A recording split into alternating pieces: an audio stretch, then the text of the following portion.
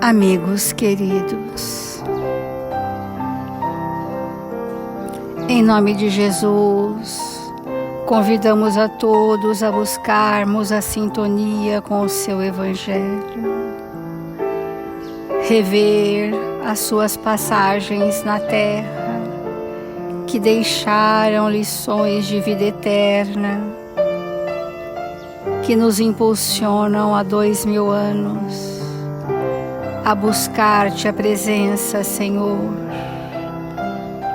Que as marcas do seu amor indeléveis em nossos espíritos possam constituir o sinal redentor de cada um de nós.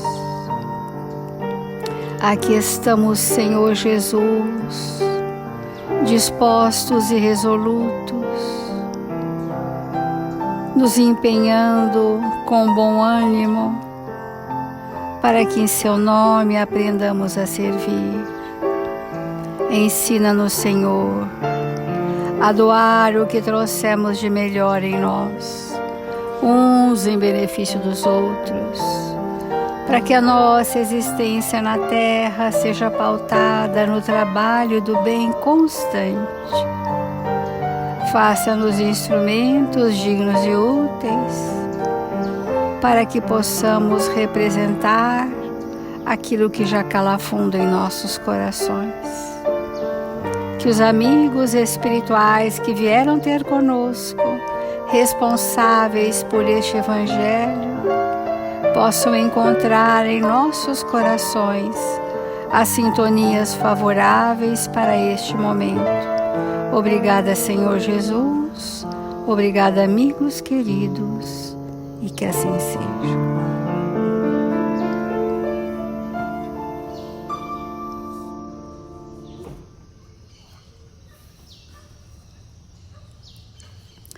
Do Evangelho segundo o Espiritismo, o capítulo 10º, Bem-aventurados os que são misericordiosos.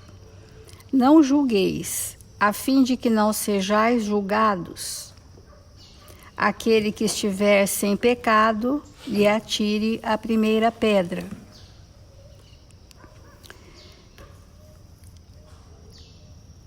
Então Jesus disse: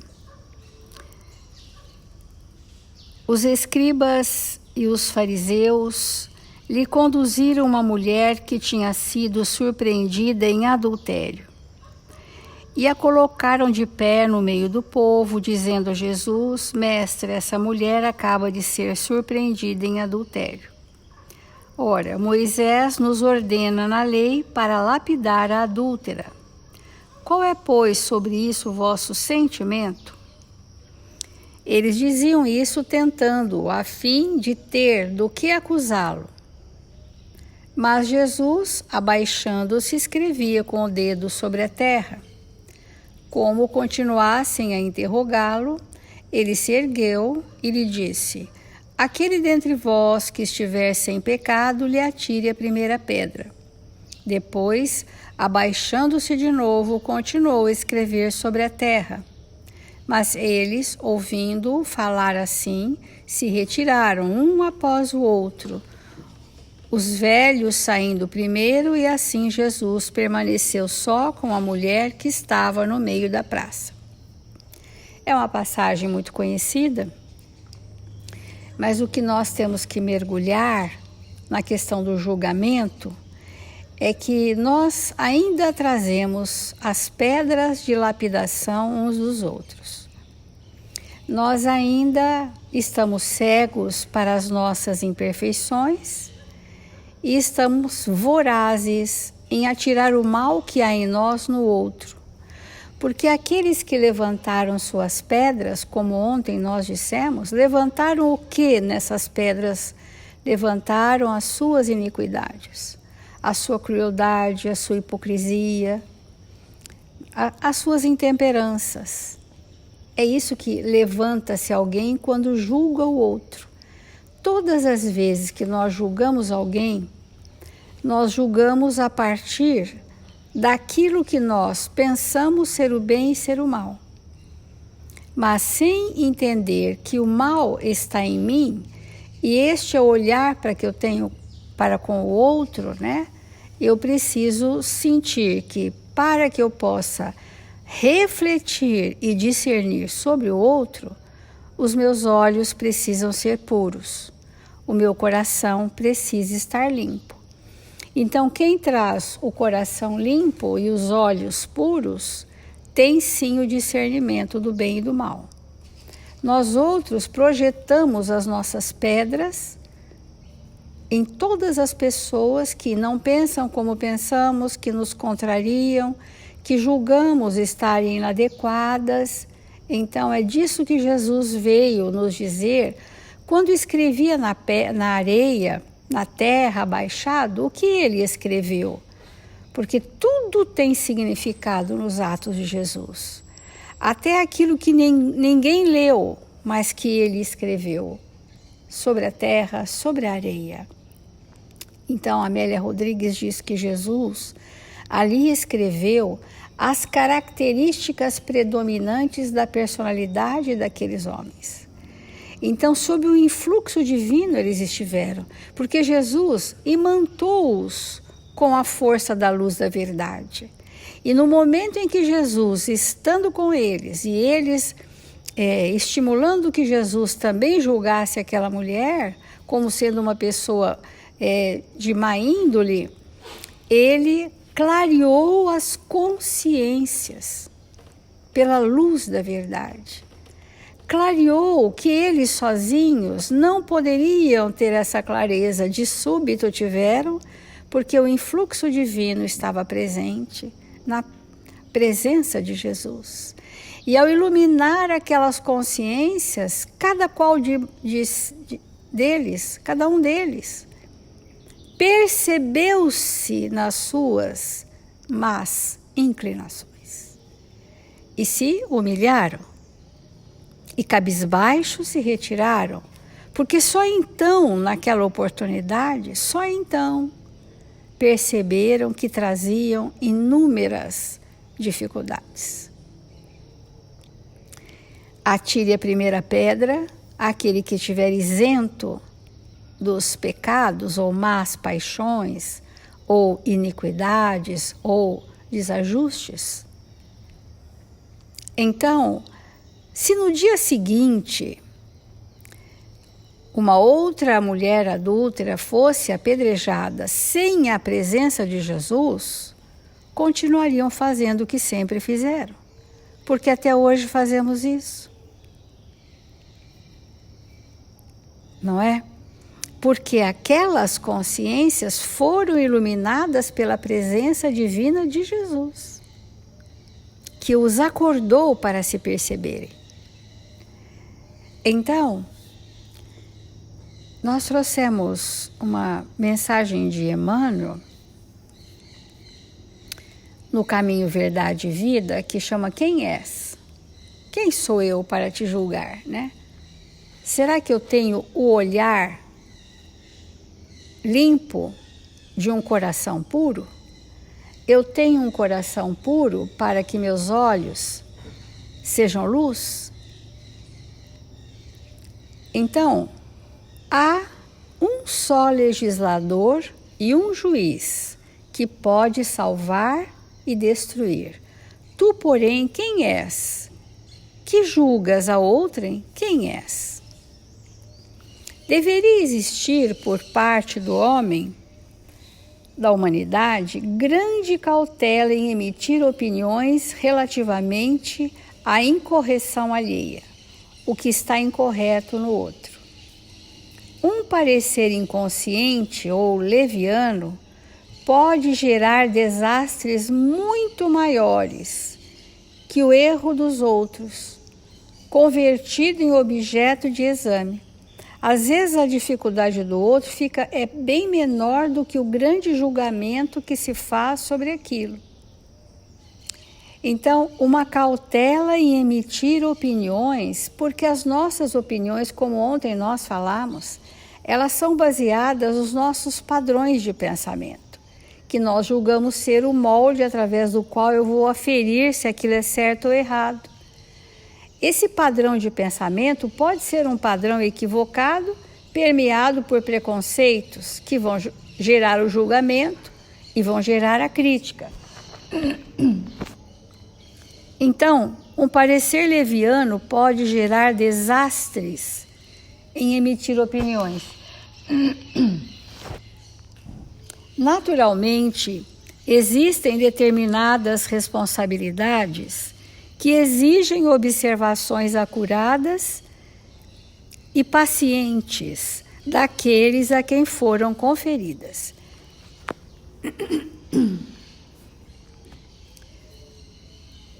Um administrador necessita analisar os elementos de composição humana que lhe integram a máquina de serviços. Então, nós vamos ver cada profissão ou bloco assim de características, quais os recursos que nós temos para avaliar, discernir, ponderar sobre aqueles que estão sob a nossa tutela. Então, por exemplo, um administrador ele tem que analisar a composição humana que integra a sua equipe de serviço. Um magistrado, por exemplo, pago pelas economias do povo, é obrigado a examinar os problemas da paz ou da saúde sociais.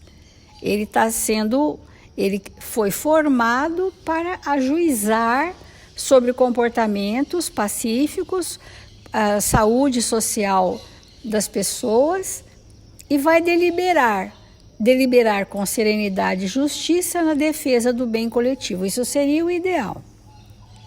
Entretanto, importa compreender que homens como esses, entendendo a extensão e a delicadeza dos seus encargos espirituais, muito sofrem, quando compelidos ao serviço de regeneração das peças vivas, desviadas ou enfermiças, encaminhadas à sua responsabilidade.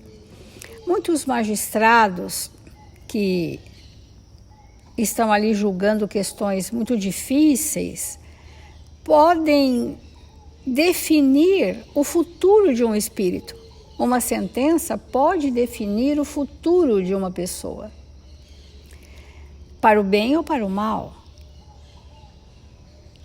Se essa justiça dos homens começar a ser permeada pela justiça de Deus, a justiça divina, a chance de encaminhar melhor aqueles espíritos ali confiados àquele magistrado vai ser um avanço no processo evolutivo do planeta Terra.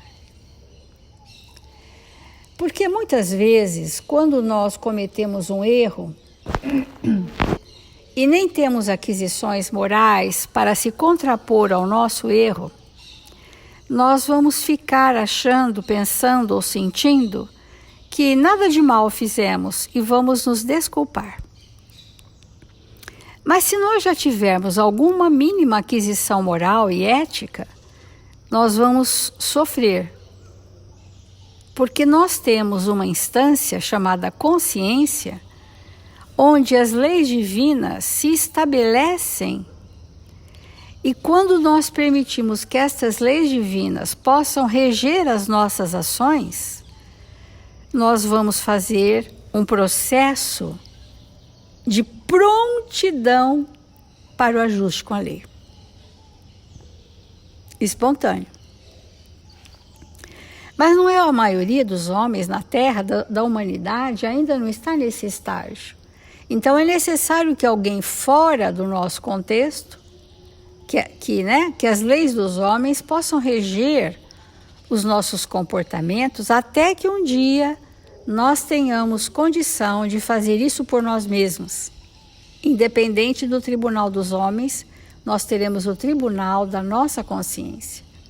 Então, na estrada comum, no entanto, verifica-se grande excesso de pessoas viciadas na precipitação e na leviandade do julgamento. Precocemente nós julgamos e condenamos as pessoas com as nossas emoções. E mais que isso, julgamos, condenamos e congelamos aquela cena como se ela fosse imutável e passamos 20, 30, 40 anos de convivência com aquela pessoa ainda sob o rótulo que imprimimos a ela das nossas próprias imperfeições morais.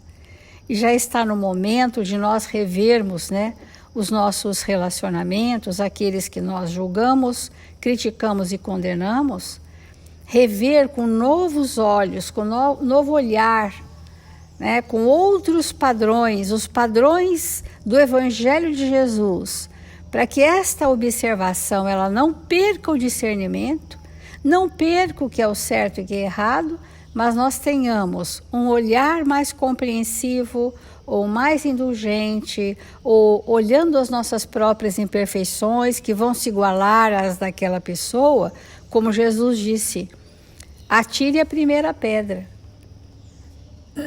Então, cremos seja útil a cada discípulo, quando assediado pelas considerações insensatas, lembrar o papel exato em que está representando no campo da vida, interrogando a si próprio antes de responder às indagações tentadoras. Será esse assunto do meu interesse? Isso me cabe? Quem eu sou? Estarei de fato em condições de julgar alguém? Vamos refletir.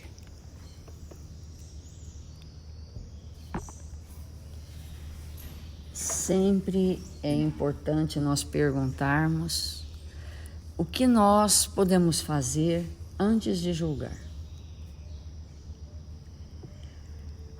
Todos nós sabemos, porque os Espíritos nos ensinam, que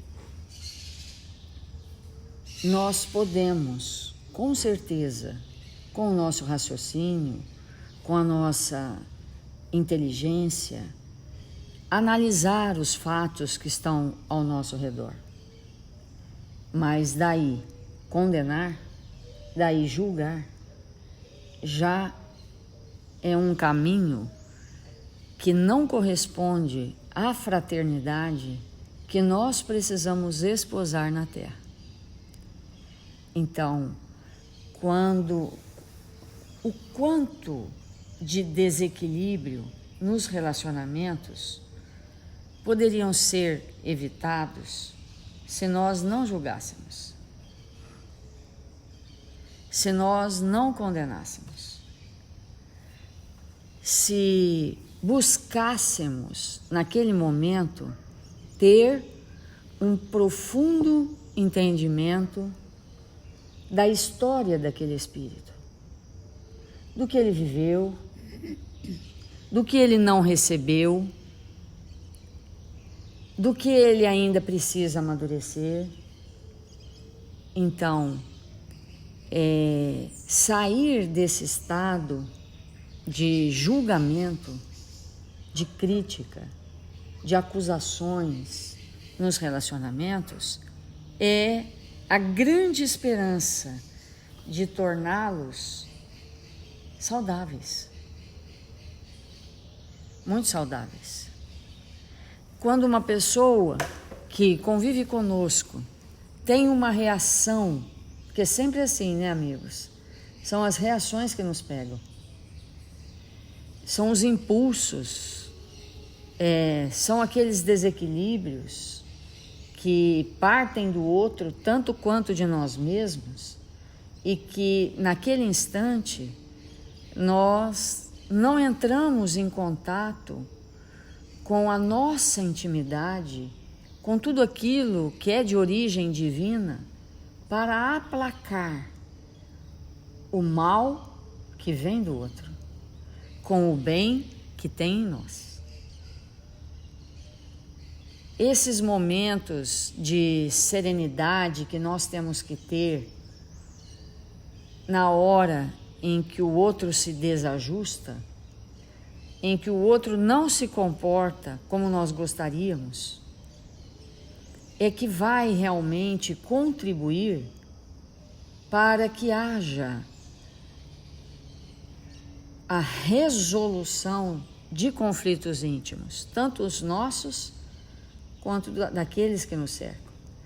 Porque se aqueles que nos cercam, diante das suas dificuldades íntimas, encontrarem um ambiente de calma, de compreensão, de paz, eles terão mais chance de voltarem a um estado de equilíbrio.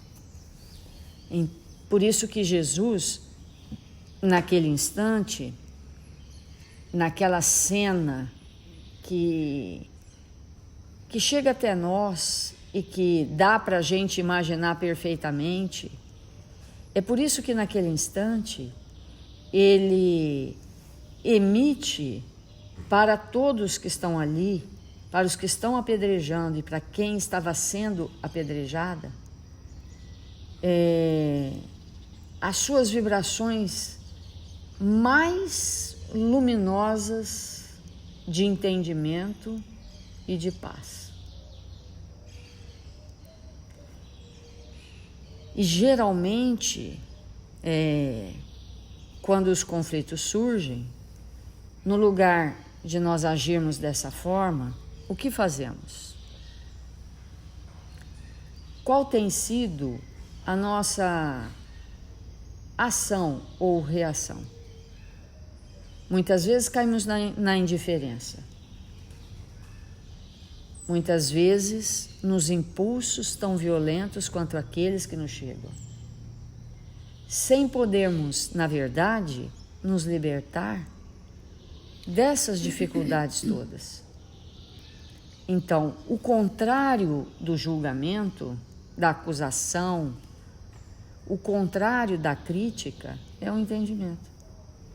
Se criticou, não compreendeu. Se não compreendeu, não agiu com o coração. Se não agiu com o coração e apenas com o raciocínio, nós estamos correndo o risco de que aquele raciocínio, aquela pseudo-razão, seja apenas o reflexo dos nossos interesses. E geralmente, quais são os nossos interesses? Que esteja tudo bem, que a gente não sofra com coisa nenhuma, que ninguém nos atrapalhe, que ninguém nos incomode, que a gente não saia da tranquilidade aparente, né? Geralmente é isso. Nós não queremos ser incomodados com as dificuldades alheias. E nesse conteúdo nós saímos apontando, criticando, condenando e julgando. Agora, quando o espírito ele está pronto para servir, quando o espírito tem disposição íntima para renunciar à paz aparente. E por que a gente diz a paz aparente? Porque se nós estamos em paz, o mundo pode cair e nós permanecemos em paz.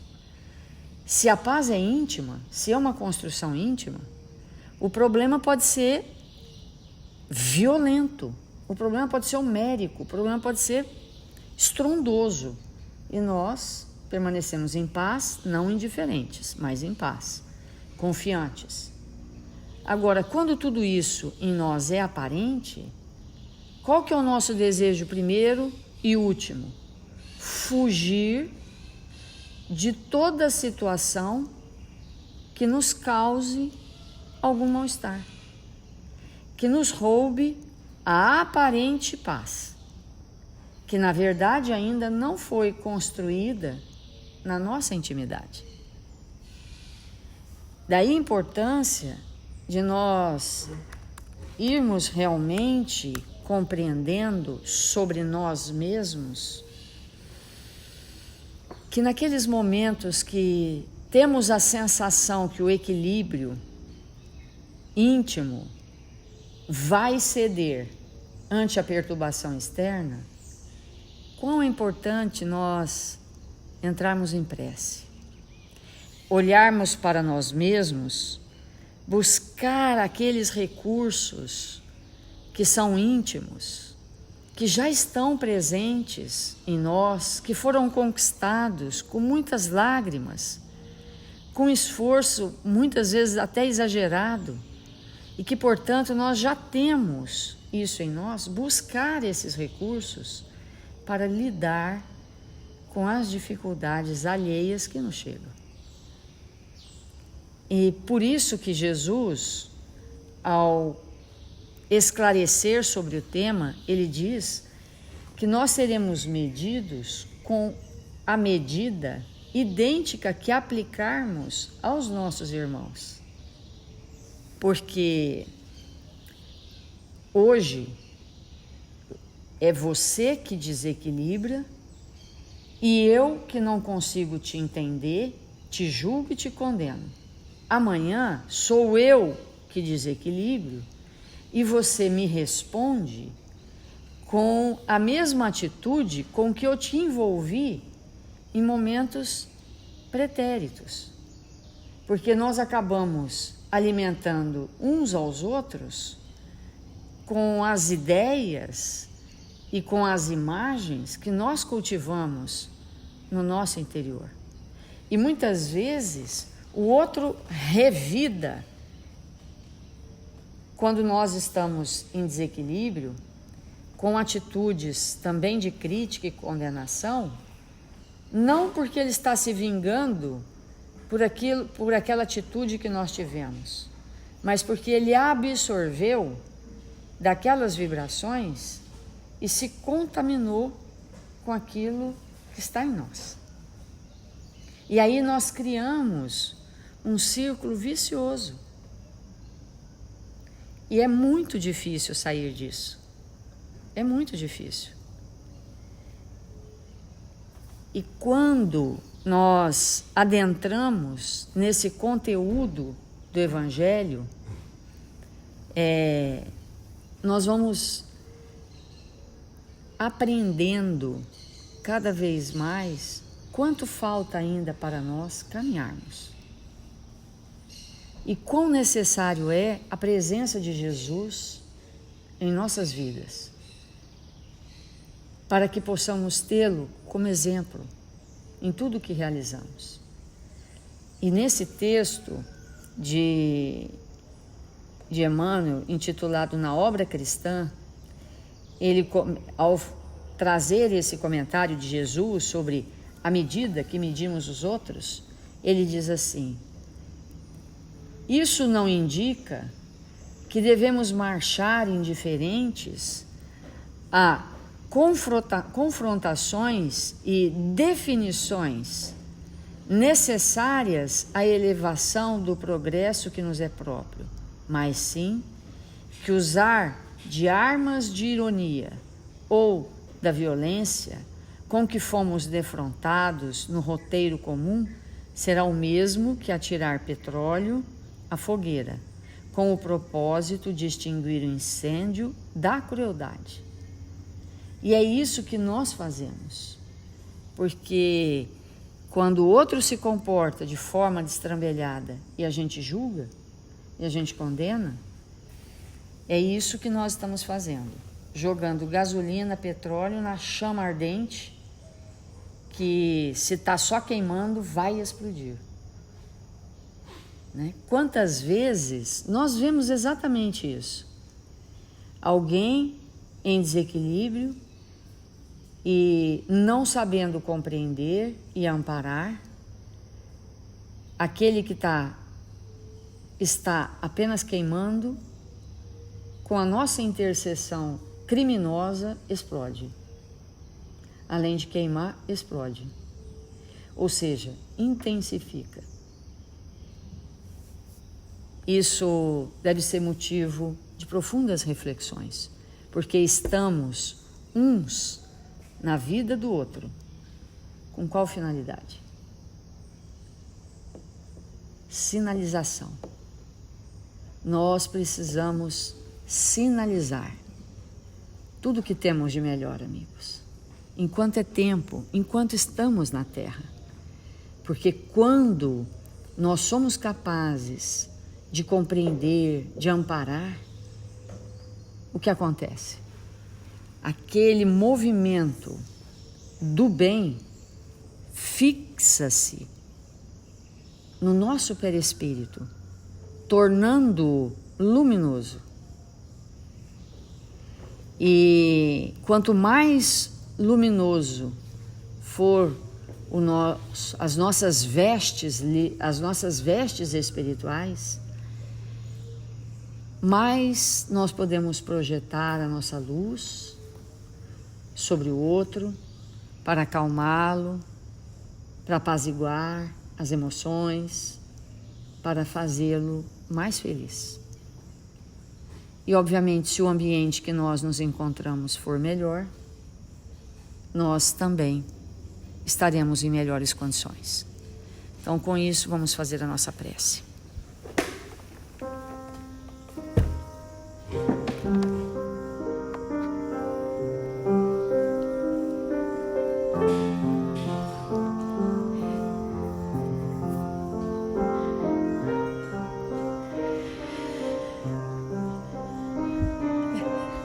Deus, nosso Pai, Jesus, nosso Mestre,